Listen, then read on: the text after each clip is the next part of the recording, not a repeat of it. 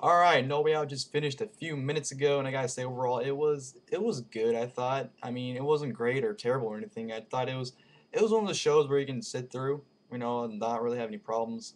So I mean, if you're not doing anything, watch it, but I wouldn't go out of your way to watch the pay-per-view. But as usual, pay-per-view kicked off with a pre-show 30 minutes prior to it. First thing we saw was AW with Rosa, who looks smoking. God damn, she's hot. And Epico and Primo. And the Ecos are complaining how they had a tag title rematch but never cashed it in, so they can't do it anymore because 30 days are up.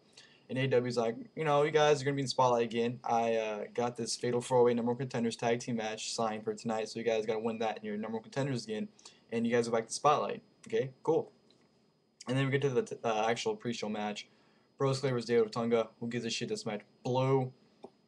Clay, not Chloe, dominated about 90% of this match. Otunga got a few hits in, then he gave Otunga a suplex, and Otunga refused to get back in the ring, and Bros Clay won by a count out. Who cares? Actual show. Opening match, which I was surprised it's opened, was the World Heavyweight Championship match, Sheamus vs. Dolph Ziggler. Um, it kind of makes sense to open it considering the match was just made on Monday, but world title matches shouldn't open shows, I think. They should be in the lower card, which they're not these days, so whatever. But opening match, immediately the match starts. Ziggler goes, "Hold on, Vicky, come here." Talks to her, tells her to give her a good luck kiss on the cheek, and I'm thinking, "Fuck no, you are not doing this to me again. No, no, no." And Ziggler turns around. I'm like, "Fuck." And Sheamus goes to his bro kick, and I'm like, "Fuck my life." But Ziggler ducks, and I'm thinking, "Thank God," because I didn't want a WrestleMania, moment all over again. Because for those of you who do not know, that match at Mania with Bryan and Sheamus basically ruined that show for me. It put me in a bad mood for the entire show. So thank God they didn't do that again. But overall, match really good. I thought their match on Raw, no, it was SmackDown, yeah, a few weeks ago was better than this, but this was still pretty damn good. Ziggler looked like a legit main eventer here. He was really good. He was selling Sheamus' moves really good. He put a really good match with Sheamus on, and he proved that he can hang with the top guys. So I really hope they give him the Money in the Bank briefcase next month and have him cash in and become WWE champion sometime soon. But Ziggler busted out some sick moves. He busted out a sick DDT where he just jumped up, grabbed him, and DDT'd him. Very cool. He did a face plant from the top rope. He pulled out the Famouser, which is, I think everyone marks out for that. He does it really good. And, Sheamus had his old comeback thing where when Ziggler jumped off the top rope, he caught him in the Irish Curse backbreaker. And, he ended up hitting the white noise and the bro kick to the 1-2-3 to retain the world title. Very good match, like I said. I wish it would have run a little bit longer because it was like 12 to 15 minutes, but it was still a really good match for those words, so that was good. Next, we had Mr. McMahon walking backstage, doing his walk to his office. Johnny Ace interrupts him. I completely forgot what happened here. I forgot what they said. All I know is Vince went in his office. Laurinaitis turns around. Josh Matthews like, "How do you feel about your job being in jeopardy?" And he basically tore Josh Matthews a new one. He's like, "At least I'm not some wannabe wrestler turned to an announcer," because Matthews on Tough Enough, then become a wrestler, so he became an announcer. And tore him a new one, like I said, and left, and Matthews basically had his head down. So whatever there.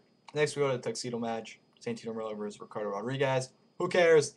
It was funny to watch, but nothing you would want to go out your way to see. But Santino did win, and Ricardo did have Alberto Del Rio's face splattered all over his ass, so that was kind of weird. Whatever. Backstage, you had Matt Striker interviewing CM Punk. He basically asked him what he thought his odds were against Kane and Bryan, and he said some other stuff. Just like the McMahon A segment, I really don't remember because it really wasn't memorable. So AJ ends up coming up to Punk after that and saying, "Hope you good luck." Gives him a kiss on the cheek. And he says, "Luck's for losers," and walks away. Next, we had the Intercontinental Championship match: Christian versus Cody Rhodes. Really good match too. I actually thought this was probably match of the night, in my opinion. This was really really enjoyable. Great wrestling, and it was awesome. Great back and forth action. Cody Rhodes busted out the Alabama Slam, which is really cool to mark out too, because hardcore. It's paying homage to Hardcore Harley, so that was really cool to see him do that again. I don't know if he does it regular, but he just hasn't done it in a while. And Christian was he hit the kill switch, Rhodes kicked out. I was kind of shocked by that. Rhodes went for the kill switch, but Christian countered it into a the fuck's that move called? I don't want to call it a backwards DDT, but it was, you know what I mean. He went for the frog splash. Rhodes put his knees up, hits the disaster kick. No, he didn't hit the disaster kick.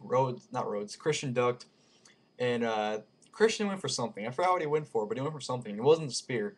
He tried to hit Rhodes something else, but Rhodes countered that. He tried to hit the disaster kick again. Christian ducks and then turns around and spears Rhodes. 1, 2, 3, retains the Intercontinental Championship. A very good match. Like I said, personally, this might be the match of the night in my opinion. It's up there with the WWE title match. One of those two are the matches nights. I can't really decide, to be honest. But really good match. I can't wait to see if they do these two from now. Next, we go on to the Fatal 4-Way Number 1 Contenders Tag Team match. We had Primo and Epico versus Justin Gabriel and Tyson Kidd versus Primetime Players. These guys are the men. They're awesome. Versus the Usos. This was a fun match. WWE needs to realize, we know they don't care about the tag teams, but when they put tag team matches on, the tag team matches are really good and they're really fun. Like Mania, that pre-show match was really, really fun. I really liked that match. The tag title match at Over Limit, that was a good wrestling match. So their tag teams, they can put on good matches and fun matches. The WWE just doesn't care. So if you don't care, we care. So why don't you just give us what we want? Because we're the reason you guys are even, still working in a company. So I don't know. Like I said, tag team match was pretty damn fun.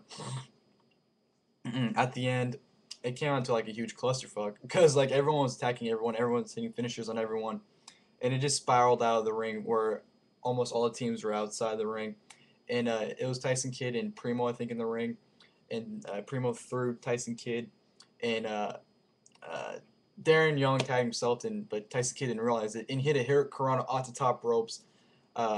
Into the tag teams was a really sick moment there. It was really cool. And Darren Young went back in the ring, and AW threw Primo in the ring, and not Titus, I keep saying Titus O'Neil for some reason when it's Darren Young. Darren Young hit the Gutbuster, I think it is. Yeah. And 1, 2, 3, new number 1 contenders. However, when Epico tried to get in the ring to break up the pinfall, AW pulled Epico out of the ring so he couldn't stop the pin. So Primetime Players, move, get it, in, get it. That's right. Yeah. Thank God brought back that theme, by the way. They actually changed it for a few weeks, and they brought that back. Thank God. Our new number 1 contenders. Hopefully get the tag team title match at Money in the Bank, because we have not had a tag title change on pay-per-view in at least a good over a year. So we need a tag title change on pay-per-view, I think, and I think Money in the Bank would be the perfect time to do it. And after the match, Primo was explaining to Epico how Epico was explaining to Primo how AW wouldn't allow him in the ring.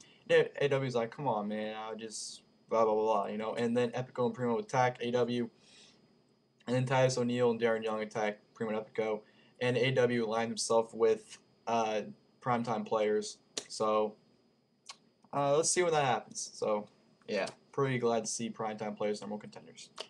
Next, we get the Triple H promo. He comes out and says that he isn't a corporate guy. The only reason why he became a wrestler is because he didn't want to get a real job. Ended up being a real job. And that he's an ass kicker. And I'm thinking, that's Brock Lesnar's gimmick, not yours. What the fuck you saying? And he says that he wants to fight. Lesnar wants to fight. So why don't we get rid of all this lawsuit crap? And you want to fight, and I want to fight. You want to fight me, I'm going to fight you. Well, guess what? My arm's going to be healed in a few weeks. And in a few weeks, it should be, 100% after that. Me, you, SummerSlam. And that's basically it. So they're setting up Lesnar and Triple H SummerSlam. We all knew that was going to happen, but it was cool to see him set up already. So we just need to get Lesnar's response, which we're probably not going to get until probably after Money in the Bank. But it'd be cool to see him on Raw tomorrow, but probably not. So, good thing there. Next, you had Daniel Bryan, stretching backstage. AJ comes up, he's like, AJ, I don't care for what I just said. I don't care for what you have to say. Get out of my face. And AJ's like, I want to wish you good luck. Gives him a kiss and shake, walks away. Whatever. Next, Divas title, Layla versus Beth Phoenix. Who cares? This match wasn't good. Their Over Limit match was good for what it was worth, but this one wasn't anywhere near that match. It was kind of funny though, because Layla kind of stole Beth Phoenix's headband thing. She put it on and said, "I'm Beth Phoenix, so I'm an ass kicker," and did the pose. I thought that was pretty damn funny. But Layla ended up retaining at the end with a neck breaker. Whatever.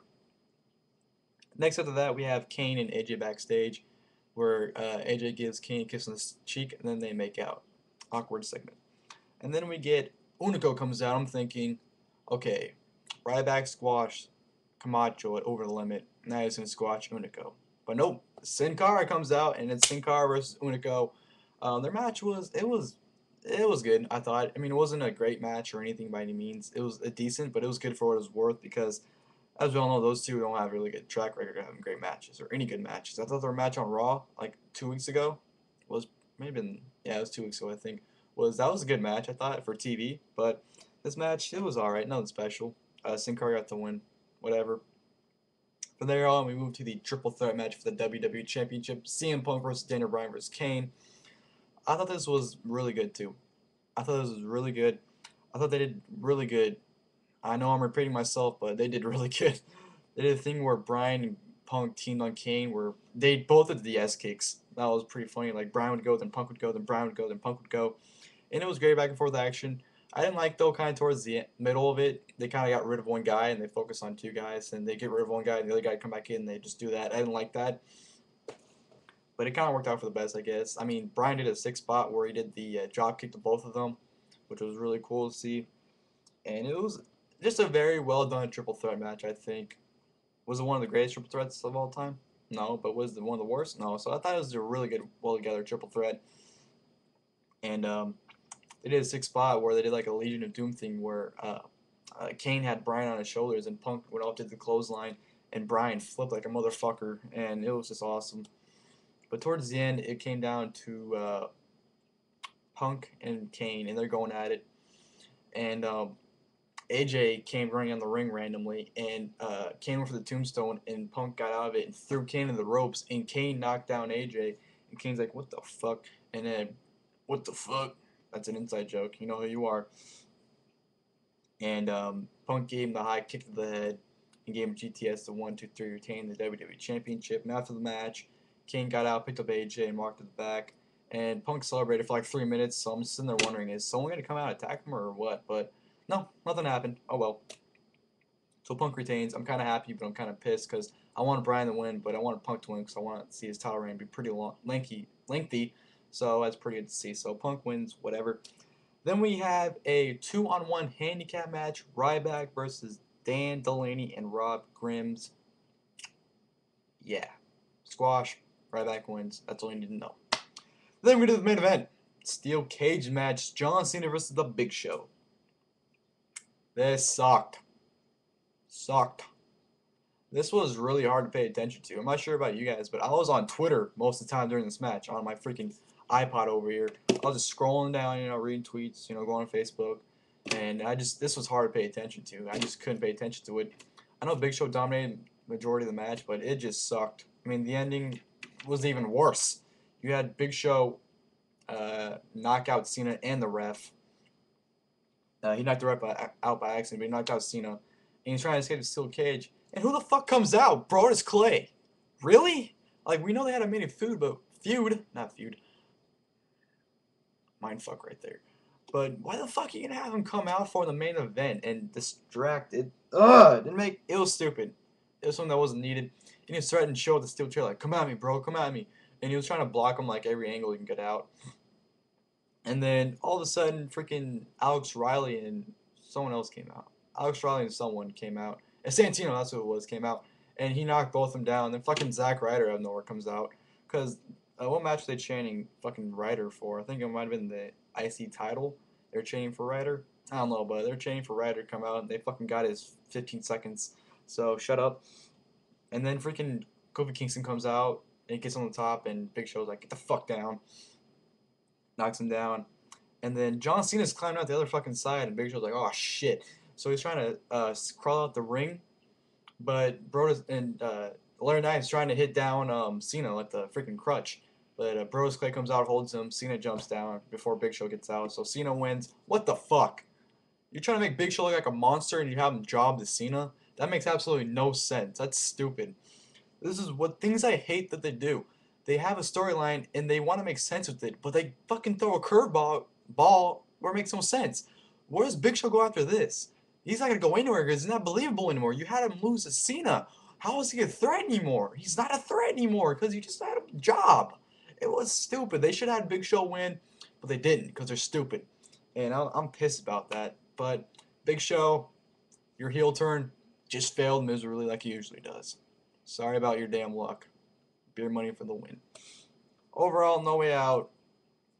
I thought it was good. I mean, it was a decent show, but it was good for what I thought it would be. So overall, whatever show. And oh yeah, of course, after the match, Vince tells Ace, "You're fired." And Cena AA big Larry Nice to the announce table. And I'm thinking, fuck.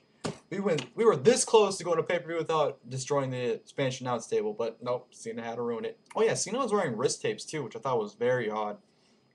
But overall, No Way Out. I'd give it like probably like right there-ish. I know it was good for what I thought. So yeah, thank you for watching, and I'm out, guys. Later.